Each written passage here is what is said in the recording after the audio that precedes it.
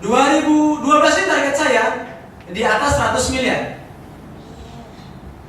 Dan alhamdulillah Januari kemarin sebagai bulan pertama 2011 kita jualan 8,6 miliar ayam lepas Indonesia. Gak usah banyak-banyak saya, 1% ya berapa kira-kira? Saya tidur di rumah, 1% itu saya, berapa dapatnya? Kalau 8 miliar 8 juta atau 80 juta? 80 juta. Kira-kira siapa yang beli 80 juta yang tidur di rumah saat ini?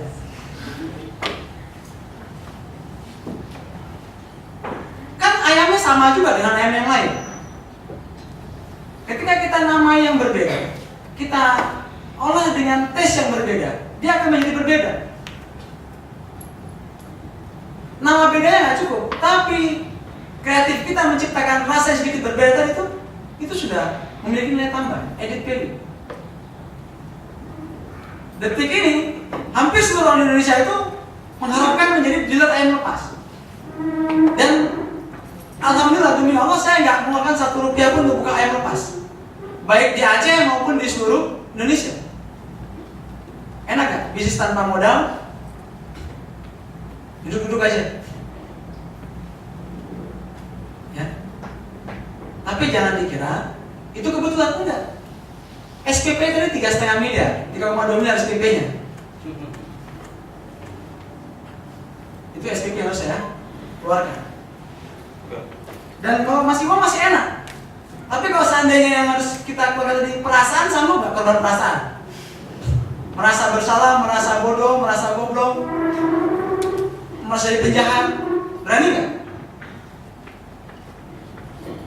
Gus, teleponnya Gus ya. Aku lagi ngisi acara. Ini penting. Karena alhamdulillah dari pertama saya tuh pengen tadi jadi pengusaha nasional atau perlu internasional. Kenapa? Saya sakit hati juga dengan Bill Gates tuh bisa infak gitu kan, bisa sedekah 750 juta dolar, 6,3 triliun. Anggaran Aceh setahun itu. Saya berdoa, ya Allah kalau bisa saya kasihlah kesempatan untuk bisa bersedekah lebih banyak dari Bill Gates. Salah nggak kira-kira doa seperti itu? Makanya niatlah, ya Allah aku ingin bersedekah 1 triliun. Jadi jangan menanggung. Oh saya ingin jadi orang kaya. Terus tanya, seberapa kaya? Pokoknya kaya lah, punya ini, punya itu, punya ini, punya itu. Udah, cuman punya aja. Tapi nggak pernah berpikir saya ingin bersedekah. Alhamdulillah tahun lalu kita mengeluarkan sedekah itu berapa yang lepas itu 1,2 miliar. Itu sedekahnya. Ini saya ngomong gini bukan untuk sombong, cuma enggak, ini untuk memacu saya aja. Dalam ini target saya itu saya sedekah 2,5 miliar.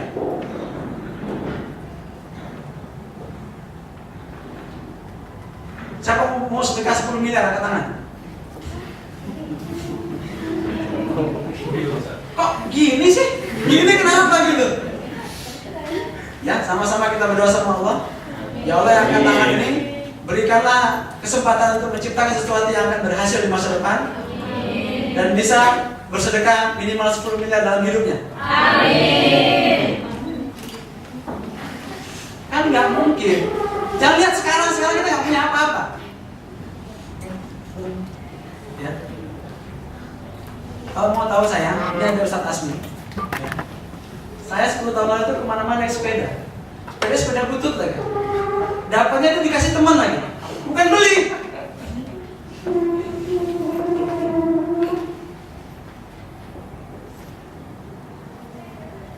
Prinsip saya, apa dosa naik sepeda butut gitu? Dosa? Kenapa harus malu? Nggak dosa kan gitu? Karena kata Nabi apa? Dosa itu kalau kamu dilihat orang malu. Nah, kalau kita bukan dosa, kenapa harus malu? Ya kan? Terus kalau kita niat tadi sedekah 10 miliar, mungkin nggak Allah cuma kasih kita 1 miliar? Saya tanya, seandainya besok Allah kasih kalian terus 20 miliar, terus Allah tagih, hei Asmi, mana sedekah 10 miliar kamu? Wah kebanyakan Allah itu kan? Agak kikir memang. Tapi itu ujian. Kalau kita nggak kuat kan, apa kira-kira kata Allah? Diambil semua. Itu niatnya tadi. Jadi sedekah ya niatnya. Ya, itu tadi kreatif. Bagaimana ayam lepas tadi memiliki nilai value seperti itu. Tahun lalu saya menambah satu brand lagi di Jakarta. Saya sebut namanya mie ayam palsu. Ini mereka dengan tren Ayu Ting Ting, palsu juga lah. Tapi jangan salah, ayam palsu itu kan nol masih nol. Sebelumnya masih nol, sampai dengan Oktober itu masih nol. Tapi pada Desember itu sudah memiliki nilai 500 juta. Apa arti ayam palsu? Ya mie ayam palsu sebetulnya. Gabungan ada ayam ada mie-nya. Itu kepanjangannya pasti lu suka. Bahasa Jakarta.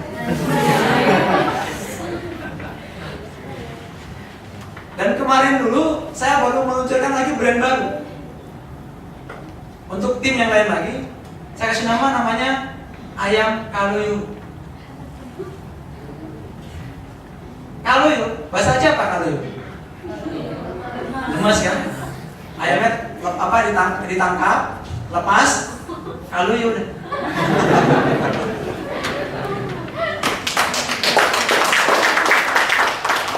Nanti boleh kalian cek ya.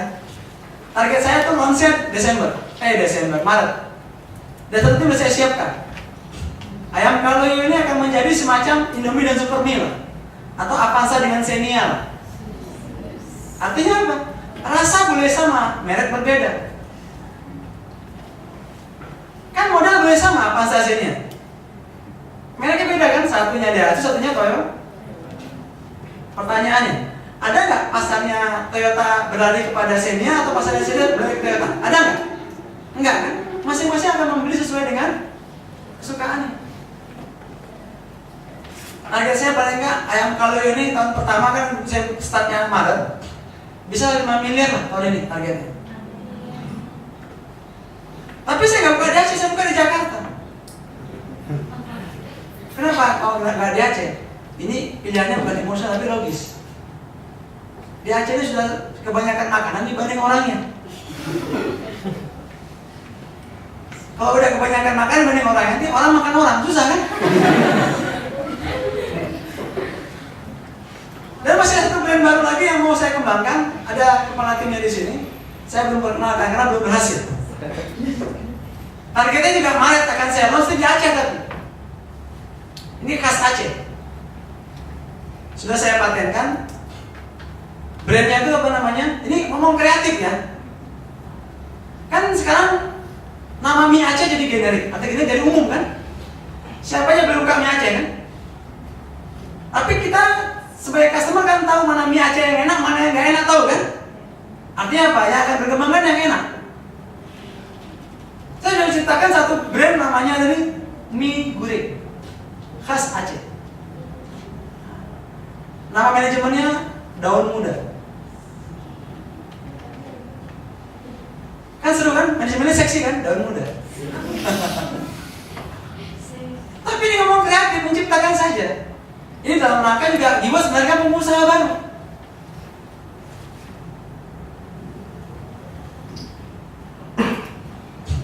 Target saya akan saya launch itu Maret ya.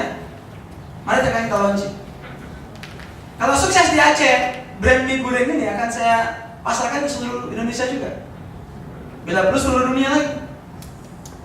Karena apa? Setelah saya riset seluruh Indonesia ini, bahkan saya pernah ke Malaysia juga nyampe. Masakan Aceh ini mungkin terenak di dunia.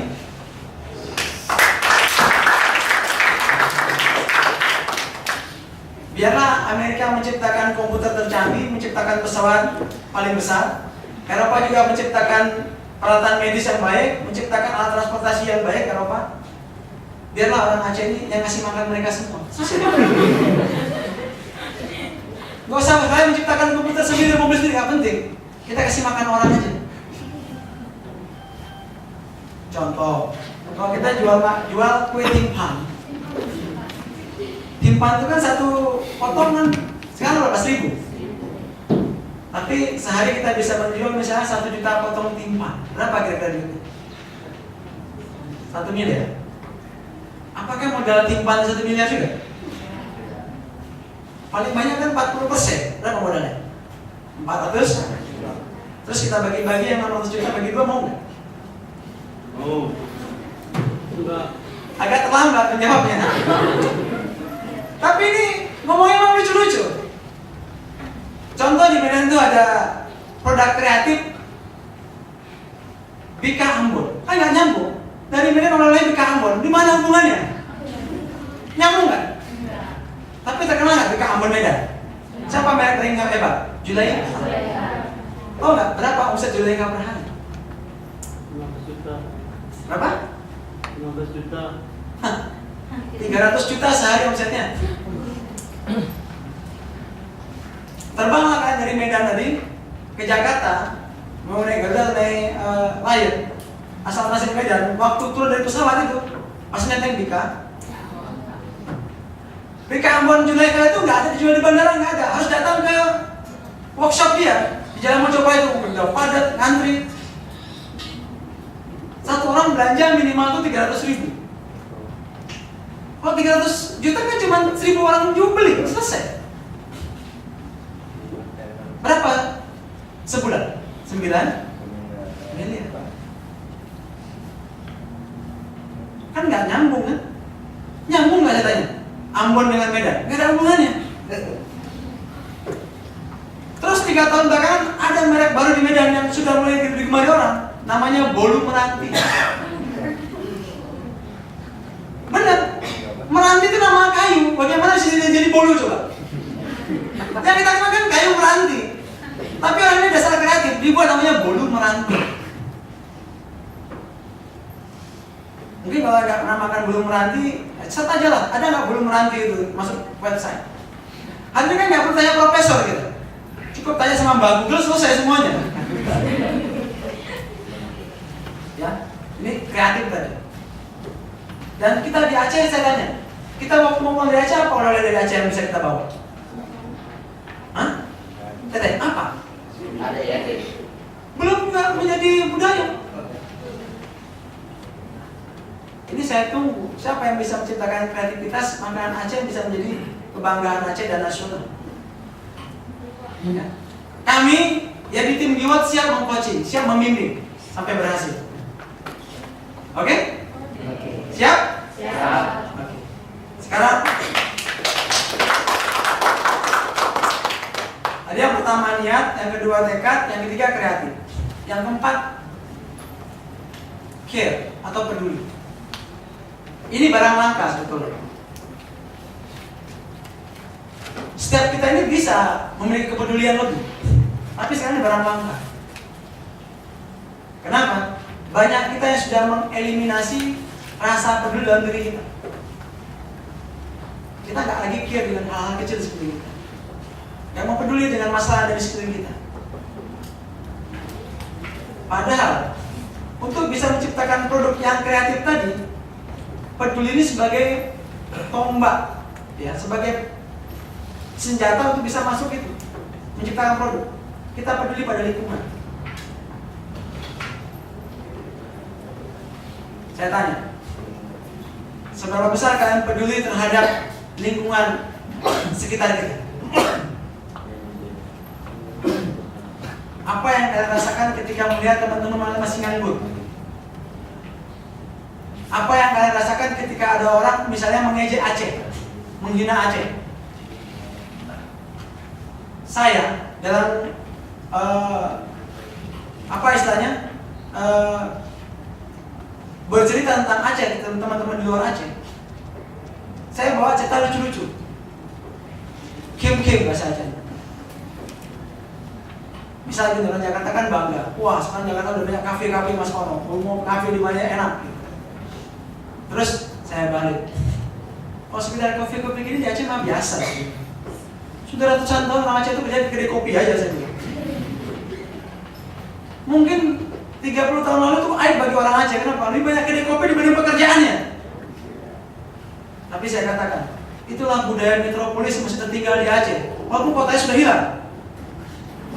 Ternyata kafe ini budaya metropolitan, kota besar. Dan saya belum ketemu sejarah orang Aceh yang berani ngomong gitu di luar. Kenapa? Ternyata emang kita ini keturunan orang kaya dulu nih. Maaf nih, kalau orang Jawa itu mau nikah sama orang Jawa paling mahalnya berapa? 5 atau 10. Bukan mayang tapi gram. Kalau orang Aceh 10 mayang itu masih aib kan? Aib nggak 10 mayang?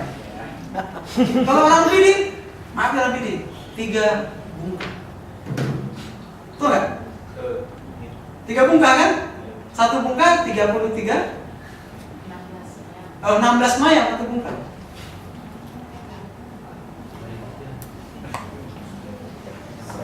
Artinya apa? Nggak mungkin kan mau nikah semahal itu kalau tuh nenek kita tuh miskin. Nggak mungkin. Kalau nenek kita miskin mungkin nggak nimbang pesawat 2 ke Indonesia? Nggak mungkin. Karena emang nenek moyang kita di orang kaya, emang kita aja ketiban miskinnya.